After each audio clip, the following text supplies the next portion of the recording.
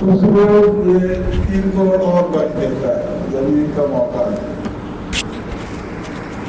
یعنی اللہ تعالیٰ اتنا خوش ہوتا ہے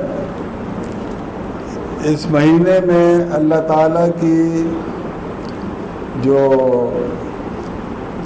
رحمت ہے، اللہ تعالیٰ کی جو توجہ ہے ہم لوگوں پر، اس کے ماننے والوں پر، حضور صلی اللہ علیہ وسلم کی امت پر اتنی زیادہ ہوتی ہے، اتنی محبت اور اتنی رحمت، نگاہ رحمت اور توجہ اللہ تعالیٰ ہم پر فرماتا ہے، شفقت فرماتا ہے کہ وہ ہم ادھر کچھ کرتے ہیں اور ادھر وہ ایک دم اس کا ریوارڈ دیتا ہے اور بہت زیادہ دیتا ہے، عام سے بہت زیادہ.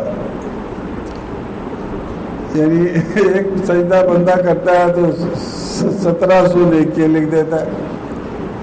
یعنی اللہ کا جو دل کرتا ہے وہ کر سکتا ہے نا، اللہ تعالیٰ تو جو چاہے کر سکتا ہے. تو عام جو 11 مہینے کے رولز اور ریگولیشنز ہیں وہ سب سسپینڈ ہو جاتے ہیں اور شیاطین کو زنجیروں میں لپیٹ کے سمندر برد فرما دیتا ہے کہ اب تاکہ یہ میرے بندوں کے بیچ میں نہ آئے، روزوں میں نیکیاں حاصل کرنے میں یہ رکاوٹ نہ بنے. جو میں نے بتایا تھا نا 4 میجر رکاوٹیں ہیں اللہ تعالیٰ اور بندے کے درمیان، جس میں ایک میجر رکاوٹ شیطان کی ہوتی ہے.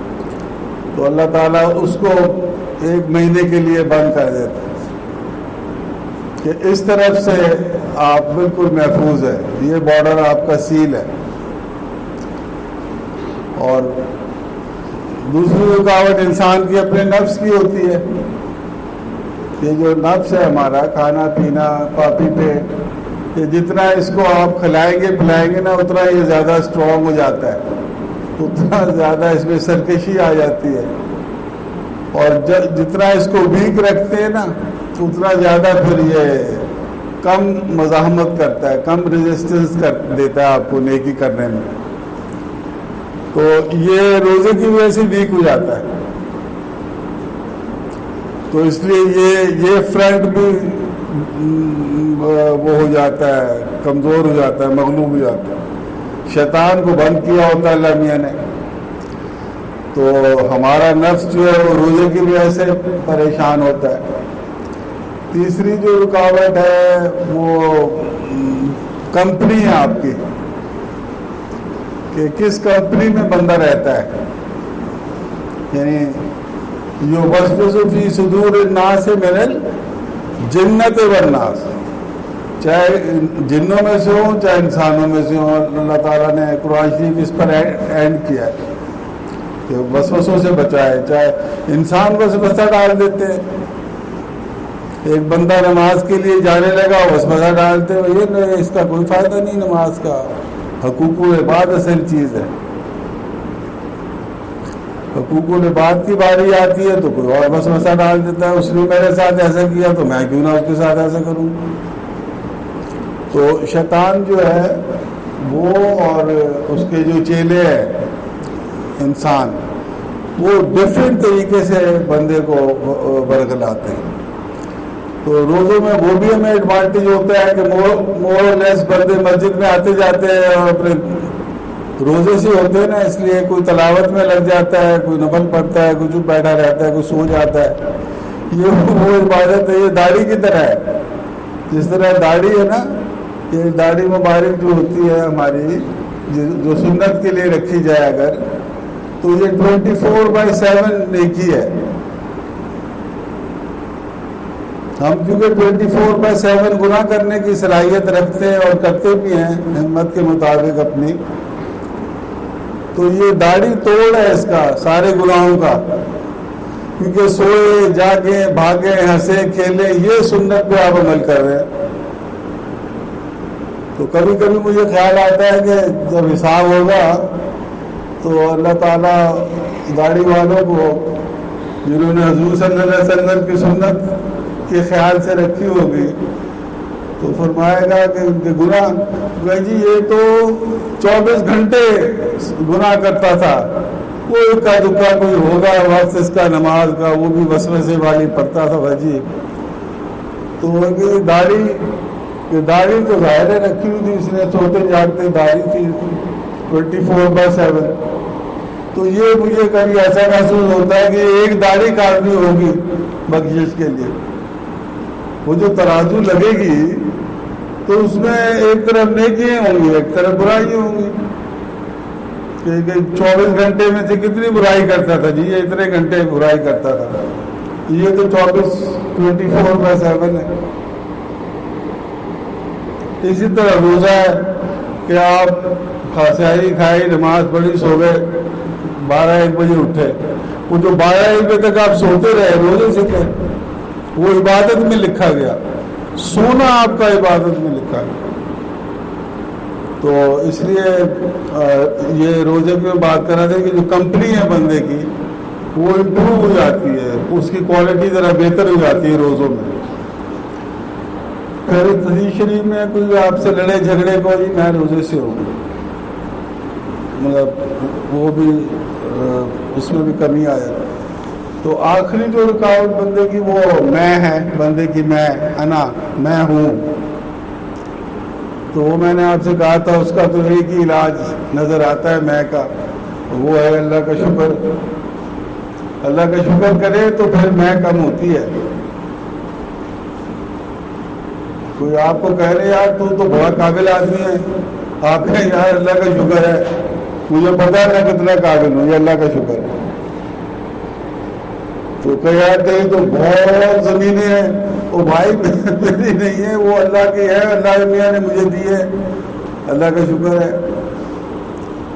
تو چاہے روحانیت کی خوبی ہو، روحانی خوبی ہو، چاہے دنیاوی خوبی ہو، جب ہم اللہ سے منسوب کر دیتے ہیں تو وہ ہم بیچ میں سے نکل جاتے ہیں. تو پھر میں جو ہے وہ اسٹرانگ نہیں ہوتی، وہ آن دی کانٹری نیچے بیٹھنے شروع ہو جاتے ہیں. جبھی تو اللہ والے اس نتیجے پہ پہنچتے ہیں کہ نہ میں ہوں نہ میرا ہے، فقط تو ہے اور تیرا ہے.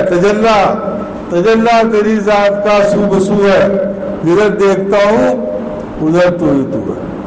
اور یہ شعر، یہ ہمیں تو شعر نظر آتا ہے نا، یہ اللہ والوں کو پتہ لگتا ہے کہ وہ اللہ میں ہی ہے. وہ آنکھ بند کرتے ہیں تو اللہ نظر آتا ہے اپنے دل میں، آنکھ کھولتے ہیں تو اللہ ہی اللہ ہے. تو جو اللہ والے ہوتے ہیں، دیکھیں یہ اللہ والوں میں اور جو اللہ والے نہیں ہیں ان میں جو بیسک ترین فرق ہے وہ شکر کا ہے.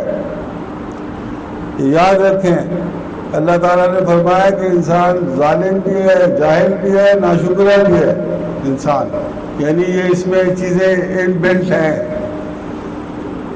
تو یہ بڑی خطرناک ہے یہ بات. یہ کسی اور نے نہیں فرمایا، اللہ تعالیٰ نے فرمایا ہے قرآن شریف میں، ہمارے بارے میں بتا دیا کہ تم لوگ ناشکری تمہارے اندر ان بلٹ ہے اور تم نے اس سے بچنا ہے اور شکر کرنا ہے میرا. اور قرآن شریف آپ پڑھے نا تو آپ کو صاف پتہ لگ جاتا ہے کہ شکر کا ڈائریکٹ تعلق ہے ایمان کے ساتھ، اور ایمان کا ڈائریکٹ تعلق ہے اللہ کے ذکر کے ساتھ. جب آپ شکر کرتے ہیں تو آپ میں ایمان آتا ہے، جب آپ میں ایمان آتا ہے پھر آپ ذکر کر سکتے ہیں. ذکر آپ کے ایمان کو پروٹیکٹ کرتا ہے، ذکر آپ کے ایمان کو پروٹیکٹ کرتا ہے. اسی لیے فَاذْكُرُونِي أَذْكُرْكُمْ وَاشْكُرُوا لِي، میرا وَلَا تَكْفُرُوا، ناشکری نہ کرنا. اللہ میاں فارمولاز ہمیں بتاتا ہے قرآن شریف میں کس طریقے سے تم لوگ بچ سکتے ہو، کس طریقے سے نجات پا سکتے ہو، کس طریقے سے ترقی کر سکتے ہو، مقام پا سکتے ہو. تو یہ اس لیے شکر، وہ جو انا کی میں بات کر رہا تھا، وہ شکر نفس کے لیے روزہ اور شیطان بند ہے. تو یہ ایسی اپارچونیٹی آ رہی ہے، کل انشاءاللہ آ جائے گی، ایسی اپارچونیٹی آ رہی ہے 30 ڈیز یا 29 ڈیز کے لیے، کہ جو سال میں ایک دفعہ آتی ہے. اور جنہوں نے اس اپارچونیٹی کا میکسیمم فائدہ اٹھا لیا وہ کامیاب ہو گئے، وہ کامران ہو گئے۔ اور وہ حضور صلی اللہ علیہ وسلم اسٹیپ پہ چل رہے تھے جمعے کے، تو 3 دفعہ حضور صلی اللہ علیہ وسلم نے آمین فرمایا،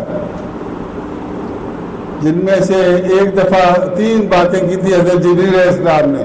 کسی کے والدین ملے اس کو، بندے کو اولڈ ایج میں، اور وہ ان کی خدمت کر کے اپنے آپ کو نہ بخشوا سکے، تو اللہ کی دوری، اس کے اور اللہ کے درمیان دوری ہو، تو حضور صلی اللہ علیہ وسلم نے فرمایا آمین۔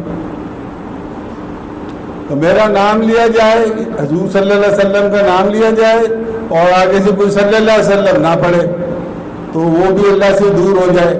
حضور صلی اللہ علیہ وسلم نے فرمایا آمین۔ اور تیسرا یہ تھا کہ اگر کسی کو رمضان شریف کا مہینہ میسر آئے، اگر کسی کو رمضان شریف کا مہینہ میسر آئے اور وہ اپنے آپ کو اللہ تعالیٰ سے بخشوا نہ سکے، تو اس کو اور اللہ میاں کے درمیان دوری ہو، تو حضور صلی اللہ علیہ وسلم نے فرمایا آمین۔ کیوں؟ کیونکہ یہ اتنی ریئر اپارچونیٹی ہے، اتنا کھلا کھاتا ہے کہ اگر اس میں بھی نہیں ہم بخشوا سکتے اپنے آپ کو، تو پھر وہ اللہ تعالیٰ حضرت جبریل علیہ السلام فرماتے ہیں کہ دوری ہو، یعنی وہ لعنت کا لفظ آتا ہے، دوری ہو، اور حضور صلی اللہ علیہ وسلم تائید فرماتے ہیں۔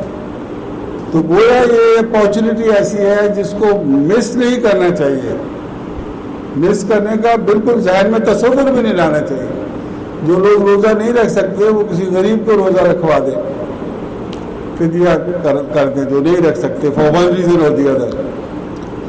اور یعنی میں بے شمار ہیں، ڈائریکٹ جمعے آئیں گے، 4 جمعے آئیں گے، میں بتاتا رہوں گا۔ ایک چیز ذرا مزیدار بتا دوں پھر ختم کرتا ہوں۔